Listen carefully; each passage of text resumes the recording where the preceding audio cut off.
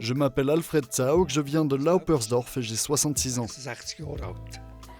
Alfred Zaug vient régulièrement au CHB. Il est atteint de bronchopneumopathie chronique obstructive ou BPCO pour faire court.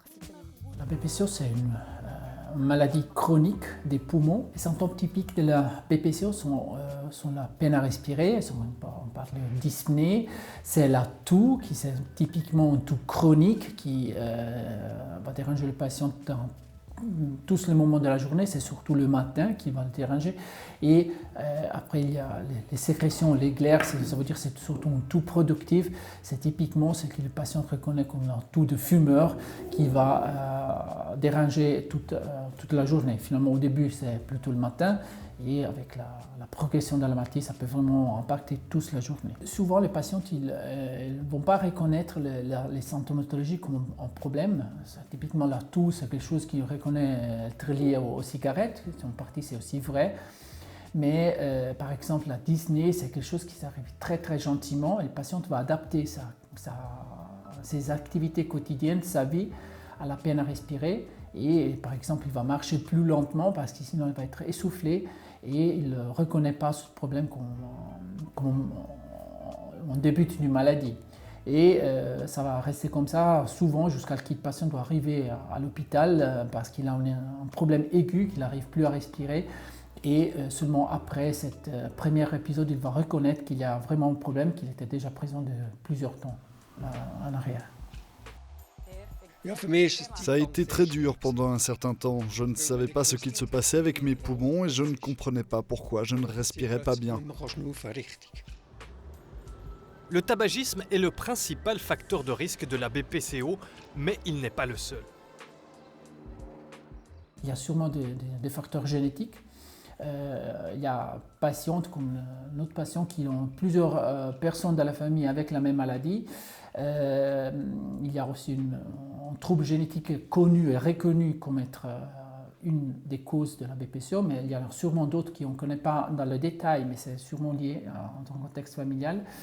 La cigarette, comme je le disais, c'est une des causes, mais pas que la fumée de la cigarette, c'est la fumée en général.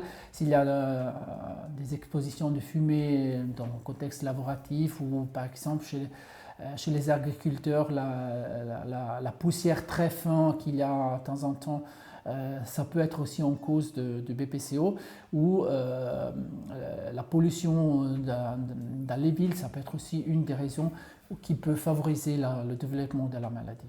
Et bien sûr, le vieillissage de la population, ça va augmenter un peu l'impact de la BPCO parce qu'on va cumuler sur plusieurs années ce facteur de risque et qui finalement, après un certain âge, ça peut donner la maladie. C'est typiquement ce qui est arrivé à Alfred Zaug. Il a accumulé plusieurs facteurs de risque, une enfance passée dans les poussières fines de la ferme, de nombreuses années de tabagisme et d'autres cas de BPCO dans sa famille. Il a lui-même été diagnostiqué il y a quelques années. Ça a commencé il y a 5-6 ans, c'est venu assez soudainement. J'ai eu une pneumonie et ça a engendré la destruction de mes poumons. Une des particularités de la BPCO est que l'état du patient peut s'aggraver momentanément à cause de divers facteurs qui ont un impact sur la qualité de l'air. La météo, le brouillard, la pluie, la neige et les particules fines, les gaz d'échappement.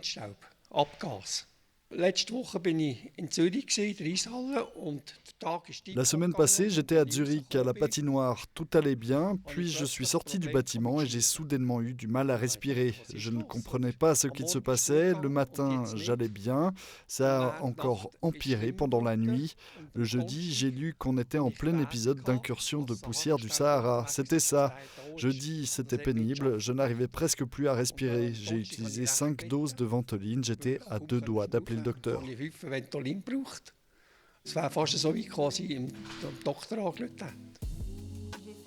Les spécialistes appellent exacerbation ces épisodes d'aggravation des symptômes.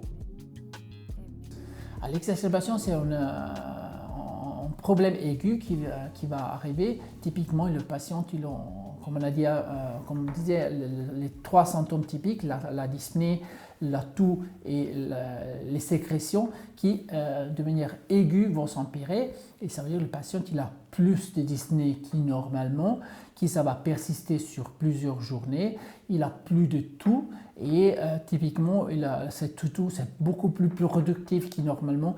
Le patient il va produire plus de glaire qui, typiquement, il y a aussi un changement de la couleur.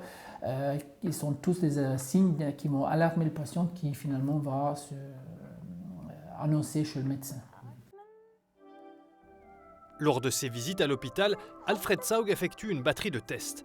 L'examen le plus important est la spirométrie, ou test de la fonction pulmonaire.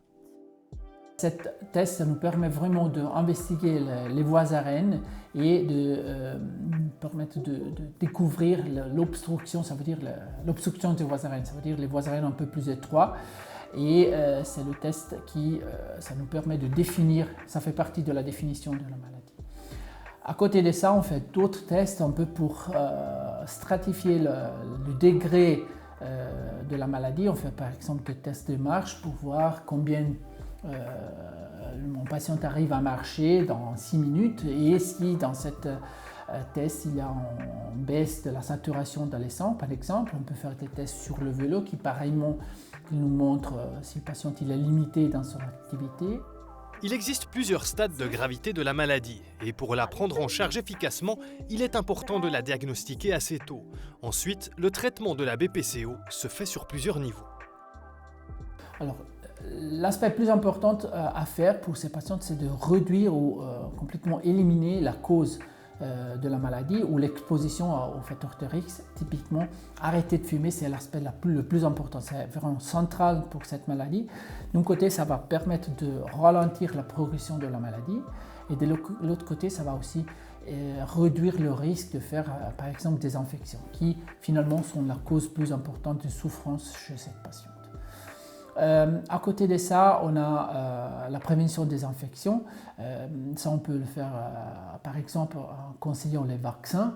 Typiquement, c'est le vaccin contre la grippe, c'est un vaccin saisonal. Le vaccin pour le Covid, pour le BPCO le plus sévère. Et on a d'autres vaccins, comme par exemple le vaccin contre le pneumocoque, c'est une bactérie qui donne en pneumonie. La thérapie inhalatoire, c'est une partie du traitement des patients. Ça permet par exemple, la plupart des inhalateurs sont des médicaments qu'on appelle bronchodilatateurs, ça veut dire qu'ils vont ouvrir les voies aériennes, qui est aspect finalement central pour réduire les symptômes du patient. Cette maladie étant incurable, le but de la thérapie est de se concentrer sur les symptômes. Les patients apprennent aussi à mieux gérer les exacerbations.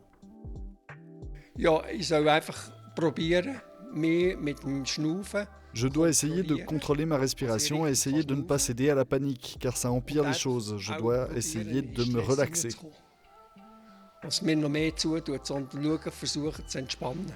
À côté de ça, un aspect central du traitement des patients avec BPCO, c'est celui de faire du mouvement, de se tenir en bonne forme corporelle. Ça, on peut le faire par exemple avec un programme de réadaptation pulmonaire qu'on a par exemple ici à l'hôpital. Ça nous permet d'augmenter la force musculaire du patient. Et cet aspect, d'un côté, va réduire le risque de faire des infections.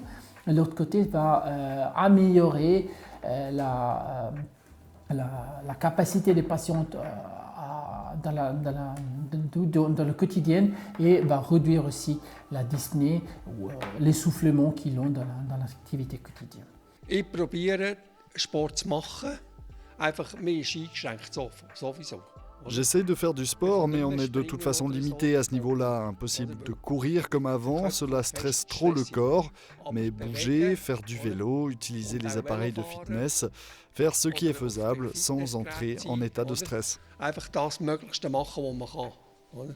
Und einfach schauen, dass man dort nicht in Stress hineinkommt. Wiedersehen.